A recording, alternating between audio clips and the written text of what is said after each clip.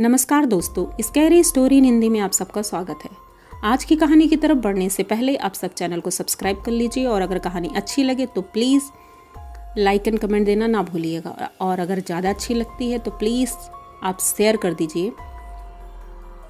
तो better experience के लिए आप सबको ये कहानी जो कि लिली द हॉरर स्टोरी है, आपको फर्स्ट पार्ट देखना पड़ेगा, जिसका कि लिंक डिस्क्रिप्शन में है। तो आप सब वहाँ से जा कर के पहले फर्स्ट पार्ट देख लीजिए, तभी ये पार्ट आपको समझ में आएगा। तो ये सेकंड एंड फाइनल पार्ट है। तो कहानी की तरफ बढ़ते हैं हम। जैसे कि लास्ट पार्ट में आपने देखा कि लिली अपनी मम्मी के साथ रहती है। जब वो 2 साल की थी तो उसके पापा की डेथ हो गई थी और उसकी मम्मी और वो दोनों ही साथ में रहते थे। उनकी मम्मी एक कंपनी में जॉब करती हैं, तो उन्हें बहुत प्रॉब्लम होती थी क्योंकि लिली अकेली ही थी। उन्हें पालना पोसना और ये सब करना बहुत मुश्किल हो रहा था, लेकिन फिर भी किसी तरह वो मैनेज कर रही थी।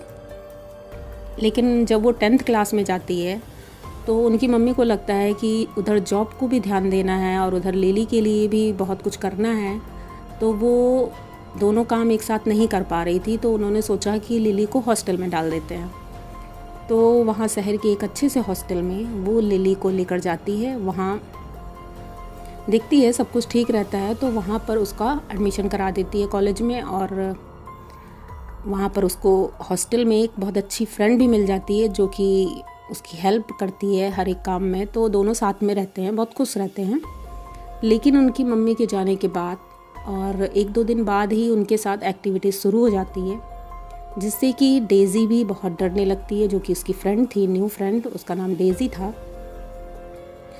तो एक्टिविटीज़ ऐसी होती है जिससे कि वो बहुत ही ज़्यादा डरने लगती है। तो उसको अचानक से याद आता है कि हमें चर्च जाना चाहिए, जो कि अपने पहले जहाँ रहती थी घर पर, वहाँ पास में ही एक चर्च था, वहाँ वो जाती थी। और यहाँ आने के बाद वो चर्च नहीं गई थी। तो उसने डेज़ी से बोला कि नेक्स्ट डे जब हम स्कूल से आएंगे तो हम चर्च चलेंगे। जैसा कि उसने बोला था लास्ट एपिसोड में कि जब उसने ये चर्च की बात की थी तभी उनके रूम का फ़ैन हिलने लगा था और बहुत अजीब सा डर उसे लगा था। उसके रूम में कोई था जो कि उसे दिखा था खिड़की के पास और बेड पर। ये सब देख के वो दोनों बहुत डर गई थी। तो रात भर उनको नींद तो नहीं आई, लेकिन हाँ बीच में थोड़ा सा नींद आई, दोनों सो गई थी। लेकिन दूसरे दिन सुबह वो जल्दी नहीं उठ पाई, थोड़ा लेट हो गया था। लेकिन जल्दी जल्दी जब उठी तो स्कूल के लिए रेडी हुई और प्लान किया कि स्कूल से आने के बाद हम चर्च चलेंगे। तो डेज़ी ने बोला हाँ ठीक है, दोनों लोग चर्च चलेंगे। अच्छा, सुबह होती है, दोनों जल्दी जल्दी उठती हैं और स्कूल जाती हैं। और स्कूल जाने के बाद वहाँ पर 2 बजे जब उसका वहाँ छुट्टी होती है तो डेज़ी बोलती है कि लिली, मुझे अपनी फ्रेंड के पास जाना है नोट्स लेने, जब तक तुम रूम में चलो और मैं थोड़ी देर में आती हूँ। तो लिली बोलती हाँ ठीक है, वैसे भी अभी टाइम है और मैं तब तक फ्रेश हो जाऊँगी और तब तक तुम आ जाना, फिर साथ में ही लंच भी करेंगे। तो डेज़ी बोलती ठीक है। तो ये अपने रूम में आती है और उधर डेज़ी अपनी फ्रेंड के घर चली जाती है। अब दोपहर का समय था। लिली अकेले आती है, उसका रूम का दरवाज़ा खोलती है और अंदर जाती है। उसके बाद बैग रखती है अपना और फ्रेश होने के लिए वॉशरूम में जाती है। जब वॉशरूम में जाती है तो उसे लगता है कि कोई आया है रूम में और उसने दरवाज़ा बंद किया। तो उसे लगता है शायद डेज़ी आ गई है, लेकिन सोचती है इतनी जल्दी कैसे आ गई, क्योंकि मैं तो अभी ही आई हूँ और उसने बोला था थोड़ा टाइम लगेगा। लेकिन जल्दी जल्दी वॉशरूम से अपना हाथ मुंह धुल के वो बाहर आती है, देखती है रूम में कोई नहीं था। अब उसे थोड़ा अजीब लगता है, ऐसा कैसे हो सकता है। लेकिन जैसे ही वो बाथरूम से बाहर आई थी तो उसे अजीब सी स्मेल आ रही थी, बहुत ही तेज़। तो उसे लगा कि ऐसा कैसे हो सकता है, ये स्मेल कहाँ से आ गई, क्योंकि रूम में ऐसा कुछ था भी नहीं कि खाने पीने की कोई चीज़ रखी हो जो कि सड़ गई हो, या इतना गंदा रूम हो कि कुछ पड़ा हो, ऐसा कुछ नहीं था। तो ये सोच ही रही थी, तभी उसे बैग कहाँ है, ये देख कर के वो बहुत परेशान हो जाती है कि मेरा बैग कहाँ चला गया, क्योंकि उसने वहीं पर रखा हुआ था। और काफ़ी देर तक वो ढूंढती है लेकिन उसका बैग नहीं मिलता है। फिर उसके बाद अचानक से उसके रूम में जो स्मेल आ रही थी, हल्की हल्की स्टार्ट हो गई थी, तो उसकी वजह से उसके सर में दर्द होने लगा। और वो सर दर्द इतना ज़्यादा होने लगा कि उसे एक घुटन सी महसूस होने लगी रूम में। आप समझ नहीं सकते हो कि अभी तो वो छोटी है, अभी इतनी बड़ी नहीं है कि ये सारी चीज़ें समझ सके, लेकिन उसको घुटन हो रही थी। भूख तो बिल्कुल नहीं लग रही थी, जबकि अभी उसने खाना भी नहीं खाया था। लेकिन अब उसका मन हो रहा था कि मैं थोड़ा बाहर घूम के आती हूँ, क्योंकि अंदर इतनी घुटन हो रही है और अकेली भी थी, डेज़ी नहीं थी। तो उसने सोचा कि चलो मैं थोड़ी देर बाहर घूम लेती हूँ जब तक डेज़ी नहीं आती है। तो वो अपने रूम से बाहर निकलती है तो देखती है बरामदे में कोई बच्चा दिख नहीं रहा है। सभी अपने अपने रूम में थे, क्योंकि स्कूल से आके सभी ने लंच करके अपना रेस्ट कर रहे थे। वो इधर उधर देखती है, कोई दिखता नहीं है। उसके बाद वो धीरे धीरे बरामदे के लास्ट में पहुंचती है, जहाँ पर ऊपर टेरेस पे जाने के लिए सीढ़ियाँ थी। तो एक बार ही उसका मन करता है कि मैं ऊपर जाऊँ, लेकिन फिर याद आता है वार्डन ने बोला था कि कोई भी ऊपर नहीं जाएगा क्योंकि वहाँ पर बाउंड्री नहीं है। लेकिन अब उसका मन इतना घबरा रहा था, हॉस्टल से बाहर जा नहीं सकती थी। फिर उसने सोचा अभी तो कोई देख भी नहीं रहा है, चलो मैं ऊपर जाती हूँ, थोड़ी देर हवा खा के आएंगे ऊपर से तो अच्छा लगेगा। तो वो धीरे धीरे सीढ़ियाँ चढ़ रही थी कि कोई देख न ले। तभी उसे अचानक से लगता है पीछे से कोई आ रहा है। वो आवाज़ उसको एकदम क्लियर लग रही थी, कोई उसके पीछे पीछे चल रहा है। अचानक से वो पीछे मुड़ के देखती है, पीछे कोई भी नहीं था। अब वो थोड़ा सा उसे डर लग रहा था, लेकिन उसने सोचा कि अभी ऐसा कुछ भी नहीं है, मुझे ऊपर जाना है, थोड़ी देर फ्रेश हो जाऊंगी क्योंकि सर भी दर्द हो रहा है, फ्रेश एयर लूँगी तो अच्छा लगेगा। ये सोच के वो फिर जल्दी जल्दी सीढ़ियाँ चढ़ने लगी और सीढ़ी चढ़ के छत पे पहुँचती है। वहाँ जाती है, देखती है रियली इतना अच्छा मौसम था, वहाँ पर अच्छी ठंडी हवा चल रही थी, उसे बहुत अच्छा लगा। और वो छत इतनी बड़ी थी क्योंकि हॉस्टल भी बड़ा ही था, तो छत बहुत बड़ी सी थी, बस बाउंड्री नहीं थी वहाँ पर। तो थोड़ी देर वो बाउंड्री में किनारे जाने की कोशिश करती है, लेकिन फिर लगता है नहीं, ऐसा नहीं है कि किनारे जाऊंगी, कहीं हवा तेज चल रही है, कहीं मैं गिर ना जाऊं। ये सोच करके वो बीच में ही टहल रही थी। लेकिन पता नहीं अचानक से ऐसा क्या हुआ कि उसके दिमाग में, या पता नहीं क्या हुआ, अचानक से वो छत के कॉर्नर पर जाके खड़ी होती है और बाहर जो खेत थे, बगीचे थे, वो सब वो देख रही थी। अच्छा लग रहा था उसको। लेकिन अचानक से किसी ने, उसको ऐसा लगा जैसे पीछे से किसी ने धक्का दिया। वो इतनी फोर्सफुली धक्का था वो कि वो जब तक कुछ समझ सकती या समझ पाती तब तक वो वहाँ से नीचे गिर चुकी थी।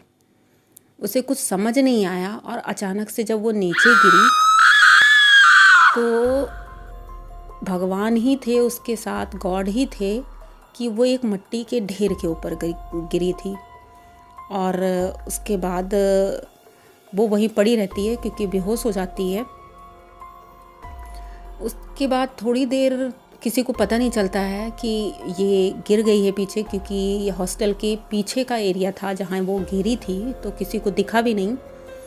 तभी थोड़ी देर बाद जब डेज़ी आती है रूम में और वो देखती है कि लिली वहाँ नहीं है, तो वो देख करके वो परेशान होती है।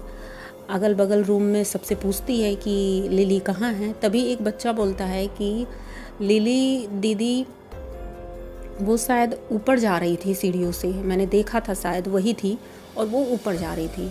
तब ये डेज़ी दौड़ करके ऊपर जाती है और ऊपर से देखती है, चारों तरफ कहीं नहीं दिखती है। पीछे वाले एरिया में जब जाती है तो नीचे पड़ी हुई है। अब ये सोच करके डेज़ी बहुत रोने लगती, चिल्लाने लगती। जब वो चिल्लाती है तो नीचे वार्डन और सभी लोग परेशान हो जाते हैं, सभी दौड़ कर आते हैं, देखते हैं क्या हुआ है। तो देखते हैं कि लिली नीचे पड़ी होती है। सभी उसको उठाते हैं और उठा के सीधे हॉस्पिटल जाते हैं और उसकी मॉम को भी फ़ोन कर दिया जाता है, रोज़ी को। उधर से वो भी आती है, इधर से डेज़ी बहुत रो रही होती है, उसकी मॉम आती है, वो भी रो रही होती है। डॉक्टर्स चेकअप करते हैं।